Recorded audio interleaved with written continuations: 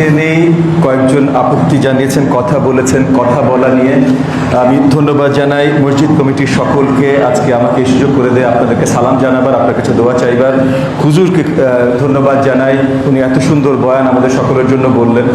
একটা ছোট্ট জিনিস দিয়ে আমি অল্প কথা বলবো, 2 মিনিটই কথা বলবো। একটা ছোট্ট জিনিস দিয়ে শুরু করি। মসজিদ আসলে শুধু পাক পবিত্র জায়গা না, প্রত্যেকটি মুমিন মুসলমান তাদের শহর, তাদের এলাকা, তাদের দেশ পরিচালনা কিভাবে হবে সেটার আলোচনার জায়গা। তো কেউ যদি কখনো বলে যে মসজিদে রাজনীতি নিয়ে কথা বলবেন না, স্কুল কলেজে রাজনীতি নিয়ে কথা বলবেন না, তাহলে এটা থেকে ভুল খুব কম হবে। নবী করিম সাল্লাল্লাহু আলাইহি সাল্লাম আমাদের শিখিয়ে গেছেন। পরশ পাথর বললেন না, পবিত্র কোরআন করিম।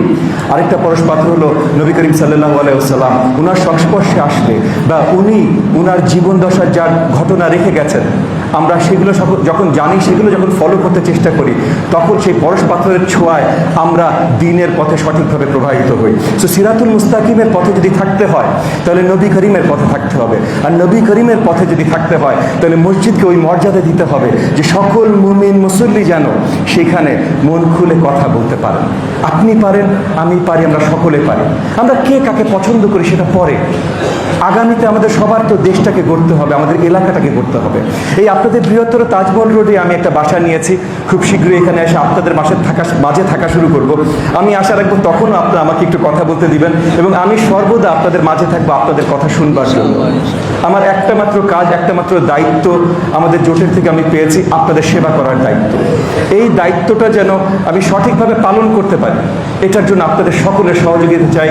আগামী নির্বাচনে আপনাদের ভোট আমি চাই, কিন্তু তার থেকে আরো বেশি চাই যে আপনারা একটু ভালোভাবে চিন্তা ভাবনা করে সঠিক ব্যক্তিটাকে ভোট দেন। সঠিক ব্যক্তি যদি মনে করেন আমি না, তাহলে অন্য কাউকে দিয়ে।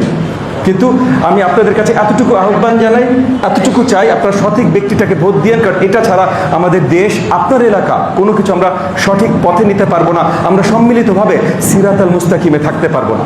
আমি আর আমার বক্তব্য লম্বা করবো না। আপনাদের সকলকে অসংখ্য ধন্যবাদ।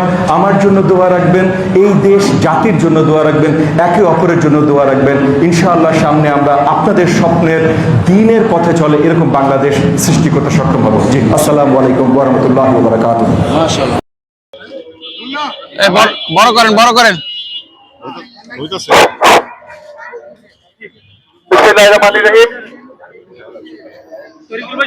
আগামীকাল শহীদ প্রেসিডেন্ট জিয়াউর রহমানের মাজার জিয়ারত করে আমরা অফিসিয়ালি আমাদের প্রচারণার কাজ শুরু করব।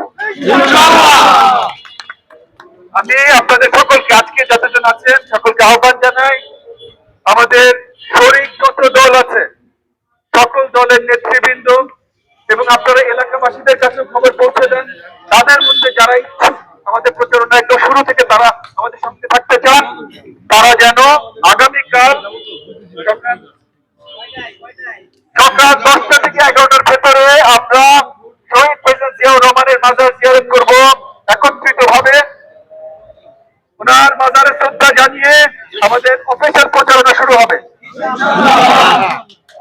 তারপর রবিবার থেকে প্রতিদিন নির্বাচন হওয়া পর্যন্ত প্রতিদিন আমরা প্রচারণায় থাকবো। আমাকে আপনারা সকলে আপনাদের প্রার্থী হিসেবে আপনাদের মাঝে প্রতিদিন প্রতি সময় পাবেন। এই কথাটা প্রত্যেকটা এলাকায় ছড়িয়ে দেয়।